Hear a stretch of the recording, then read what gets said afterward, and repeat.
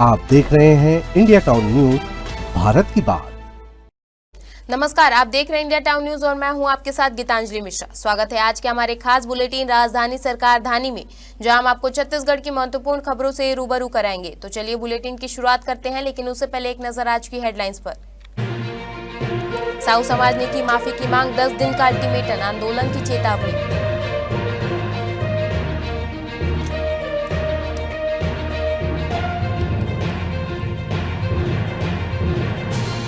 नए साल पर कमर्शियल गैस महंगी, 19 किलो सिलेंडर 111 रुपए महंगा, घरेलू एलपीजी के दाम स्थिर।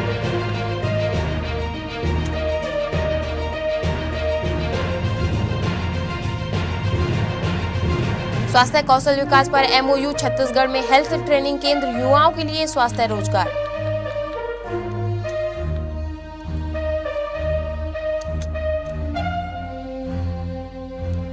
जीरा मामले को लेकर प्रदेश कांग्रेस सख्त, जेपी नड्डा को भी नार्को टेस्ट की मांग। पीसीसी प्रवक्ता विकास तिवारी को किया गया पदमुक्त, पार्टी लाइन से हटाकर बयान देने का आरोप।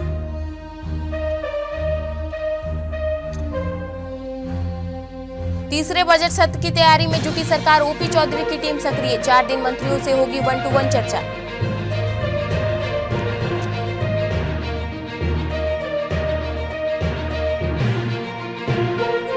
चलिए खबरों की शुरुआत करते हैं राजधानी से। प्रदेश के मौजूदा उप मुख्यमंत्री पर टिप्पणी कर पूर्व सीएम भूपेश बघेल प्रदेश के साहू समाज के निशाने के अपर आ गए हैं। छत्तीसगढ़ साहू समाज ने सभी जिलों में एसपी को ज्ञापन सौंपने का निर्णय लिया है। समाज ने कहा कि पूर्व मुख्यमंत्री भूपेश बघेल को माफी मंगवाने के लिए यह कदम उठाया जा रहा है। यह ज्ञापन डिप्टी सीएम अरुण साव पर भूपेश बघेल की गई टिप्पणी के संदर्भ में दिया जाएगा। गौरतलब है कि पिछले दिनों पूर्व मुख्यमंत्री भूपेश बघेल ने बिलासपुर के लिंगडिया में पिछले 37 दिन से चल रहे आंदोलन का समर्थन करते हुए मुख्यमंत्री विष्णुदेव साय और उप मुख्यमंत्री अरुण साव पर तीखा हमला बोला था। उन्होंने कहा था कि लिंगडिया बस्ती को तोड़कर जो गार्डन बनाया जा रहा है उसे लेकर कहा था कि क्या मुख्यमंत्री अपनी पत्नी के साथ वहां घूमने आएंगे। इस तरह भूपेश बघेल ने उप मुख्यमंत्री अरुण साव की तुलना बंदर से करते हुए कहा कि 2 साल में केवल 950 मीटर सड़क बनी सकी थी, किसी भी मामले को काम नहीं हो पा रहा है। उन्होंने स्थानीय लोगों से कहा कि वे डटे रहें, कोई उन्हें नुकसान नहीं पहुंचाएगा। पूर्व सीएम की इसी टिप्पणी के बाद से प्रदेश साहू संघ बघेल के खिलाफ मुखर हो गया है और कार्रवाई की मांग कर रहा है। साल 2026 की शुरुआती आम लोगों और कारोबारियों के लिए महंगाई की खबर के साथ आई है। नए साल के पहले ही दिन ऑयल मार्केटिंग कंपनी ने एलपीजी सिलेंडर की कीमतों में बड़ा इजाफा कर दिया है। 1 जनवरी 2026 से देश भर में कमर्शियल एलपीजी सिलेंडर महंगे हो गए थे। दिल्ली से मुंबई और कोलकाता से चेन्नई तक सभी प्रमुख शहरों में नई दरें लागू कर दी गई हैं। ऑयल कंपनियों ने यह बढ़ोतरी 19 किलोग्राम वाले कमर्शियल एलपीजी सिलेंडर पर की है, जिसकी कीमत में प्रति सिलेंडर 111 रुपए तक का इजाफा किया गया है। हालांकि राहत की बात यह है कि 14 किलोग्राम वाले घरेलू एलपीजी सिलेंडर की कीमतों में फिलहाल कोई बदलाव नहीं किया गया है। जहां एक और बीती कुछ महीनों में कमर्शियल एलपीजी सिलेंडर की कीमतों में लगातार उतार चढ़ाव देखने को मिल रहा है, वहीं घरेलू गैस सिलेंडर की कीमतें स्थिर बनी हुई है। 14 किलोग्राम वाले घरेलू एलपीजी सिलेंडर के दाम अप्रैल 2025 के स्तर पर ही कायम है। नए साल की शुरुआत में जहां कमर्शियल सिलेंडर महंगे हुई है, वहीं घरेलू उपभोक्ताओं को फिलहाल किसी अतिरिक्त बोझ का सामना नहीं करना पड़ेगा।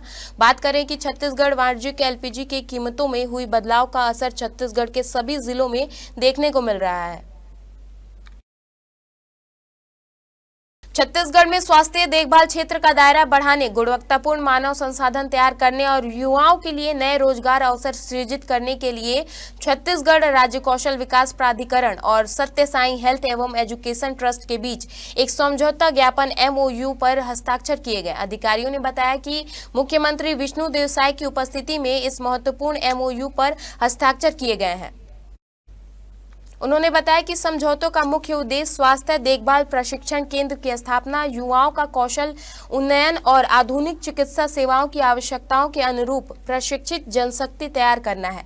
अधिकारियों ने बताया कि यह पाठ्यक्रम युवाओं का विशेषज्ञता के साथ स्वास्थ्य क्षेत्र में करियर निर्माण का अवसर उपलब्ध कराएगा। वहीं मुख्यमंत्री विष्णुदेव साय ने कहा कि राज्य सरकार कौशल विकास को विकास की रीढ़ मानती है और विशेष रूप से स्वास्थ्य देखभाल क्षेत्र की आवश्यकताओं के अनुरूप कौशल युक्त कार्यबल तैयार करने पर बल दे रही है।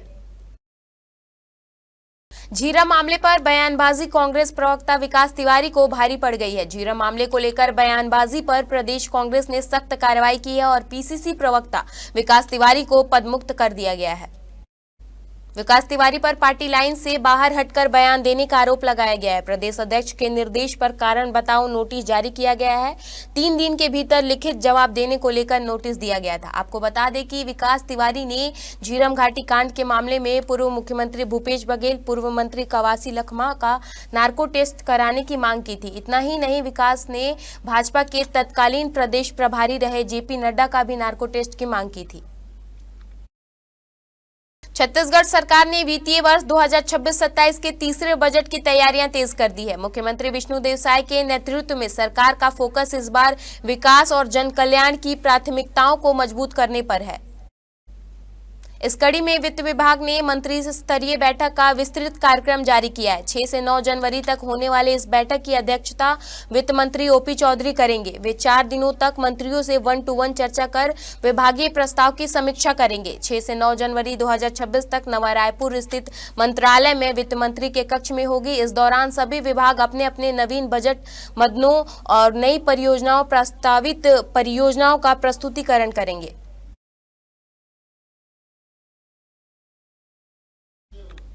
वक्त हो चुका है एक ब्रेक का, बने रहिए इंडिया टाउन न्यूज के साथ। कभी कभी चेहरे का छुपा दर्द दुनिया नहीं देख पाती है। दाग, मुहासे, झाइयां सब आपके आत्मविश्वास को कम कर देता है, पर अब नहीं, क्योंकि Rukhsana glow and fair face pack जो दे आपकी स्किन को वो प्यार जो सिर्फ प्रकृति दे सकती है। हर लेयर को साफ करे, हर दाग को करे हल्का और आपकी मुस्कान फिर से लौटाए। Because you deserve to glow naturally. Rukhsana herbal beauty product Amazon, Meesho और फ्लिपकार्ट में भी उपलब्ध। अमीन मोटर्स उड़ान ई रिक्शा छत्तीसगढ़ का नंबर 1 ई रिक्शा शोरूम, जहां आपको सभी प्रकार के ई रिक्शा के वैरायटीज उपलब्ध मिलेंगे। हमारा ई रिक्शा काफी मजबूत है और ये सालों साल चलता है, तो आज ही घर ले आइए आरटीओ इंश्योरेंस के साथ। हमारा पता है अमीन मोटर्स, प्यारेलाल चौक, जीई रोड, न्यायालय के पास, राजनांदगांव। 9827174038 7724047008। ब्रेक के बाद आपका स्वागत है। चलिए बढ़ते हैं खबरों की ओर। छत्तीसगढ़ शासन के उप मुख्यमंत्री अरुण साव की निजी स्थापना में बड़ा प्रशासनिक बदलाव किया गया है। सामान्य प्रशासन विभाग ने आदेश जारी कर विपुल कुमार गुप्ता को उप मुख्यमंत्री अरुण साव के विशेष कर्तव्यस्थ अधिकारी ओएसडी के पद से हटा दिया गया है। उन्हें उनके मूल विभाग में वापस भेज दिया गया है।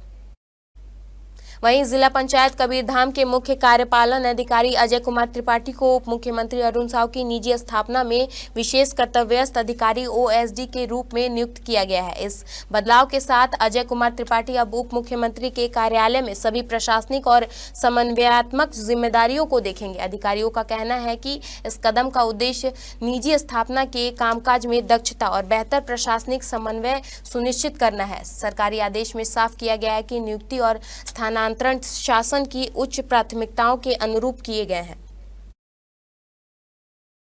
CSPDCL यानी Chhattisgarh state power distribution company limited ने वित्तीय वर्ष 2026-27 के लिए बिजली की दर में 24% बढ़ोतरी का प्रस्ताव नियामक आयोग को भेजा है। जानकारी के मुताबिक CSPDCL के अनुसार इस साल उसे बिजली आपूर्ति के लिए 25,460 करोड़ रुपए के राजस्व की जरूरत होगी, जबकि मौजूदा विद्युत दर से उसे लगभग 26,216 करोड़ रुपए राजस्व मिलने का अनुमान है। यानी इस साल CSPDCL को करीब 756 करोड़ रुपए का शुद्ध लाभ होने की संभावना है।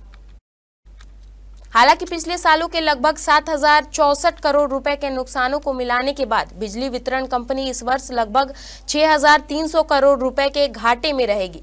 इन सभी बातों को ध्यान में रखते हुए बिजली कंपनी के नियामक आयोग के दिए हुए प्रस्ताव में सभी श्रेणियों में युक्ति संग बिजली दरों में बढ़ोतरी की आवश्यकता जताई गई है।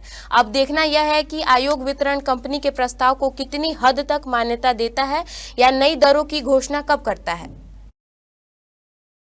छत्तीसगढ़ शराब घोटाले में जुड़ी मनी लॉन्ड्रिंग मामले में पूर्व मुख्यमंत्री भूपेश बघेल के बेटे चैतन्य बघेल को हाईकोर्ट से जमानत मिल गई है। इस मामले में उनकी जमानत याचिका पर बहस पूरी हो चुकी है। हाईकोर्ट ने फैसला सुरक्षित रखा था। कोर्ट ने चैतन्य बघेल की जमानत को लेकर आदेश जारी कर दिया है। हाईकोर्ट ने सवाल उठाया कि सह आरोपी लक्ष्मी नारायण बंसल के बयान पर भरोसा करने के बावजूद वारंट होते हुए भी उसे गिरफ्तार क्यों नहीं किया गया। लक्ष्मी नारायण बंसल को खुलेआम घूमने देना जांच की पारदर्शिता पर सवाल उठाता है और कानून के चुनिंदा इस्तेमाल को दर्शाता है। शराब घोटाले केस में गिरफ्तार चैतन्य बघेल 18 जुलाई से रायपुर सेंट्रल जेल में बंद थे। यह राहत उन्हें ईडी और एसीबी ईओडब्ल्यू की ओर से दर्ज केसों में मिली है। वहीं बेटे को जमानत मिलने पर पूर्व सीएम भूपेश बघेल ने कहा कि सत्य की जीत होती है, सत्य परेशान हो सकता है, पराजित नहीं हो सकता। इस मौके पर समर्थकों ने पटाखे फोड़कर खुशी जताई।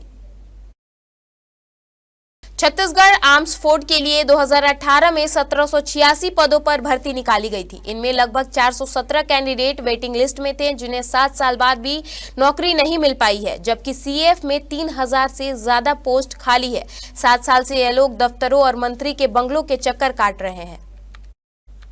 आपको बता दें कि पिछले 13 दिन से 100 से अधिक कैंडिडेट अपने परिवार वालों के साथ तूता धरना स्थल पर प्रदर्शन कर रहे हैं। इस बीच एक कैंडिडेट के 6 महीने के एक बच्चे की तबीयत बिगड़ गई, जिसको लेकर आक्रोशित कैंडिडेट ने डिप्टी सीएम विजय शर्मा के बंगले का घेराव कर दिया, जिसके बाद कैंडिडेट को मंत्री विजय शर्मा ने आश्वासन दिया है कि सीएम साय के दिल्ली से वापस आते ही वे पूरे मामले पर उनसे बात करेंगे। इसके बाद प्रतिनिधिमंडल को बुलाकर कोई फैसला लेंगे। तब तक उन्हें कैंडिडेट से धरना खत्म करने की अपील की है।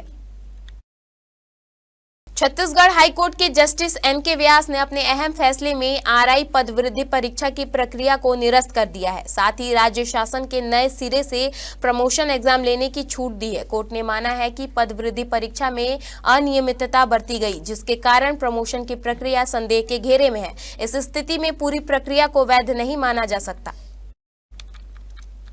आपको बता दें कि पटवारी से आरआई प्रमोशन की लिखित परीक्षा 7 जनवरी 2024 को आयोजित की गई थी।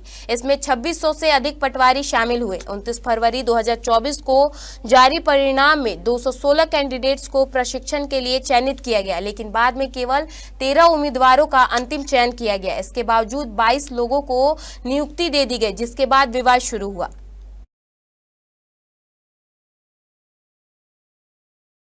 हमारे खास बुलेटिन राजधानी सरकार धानी में फिलहाल इतना ही। देश प्रदेश की तमाम खबरों से अपडेट रहने के लिए बने रहिए इंडिया टाउन न्यूज के साथ। नमस्कार। आप देख रहे हैं इंडिया टाउन न्यूज, भारत की बात।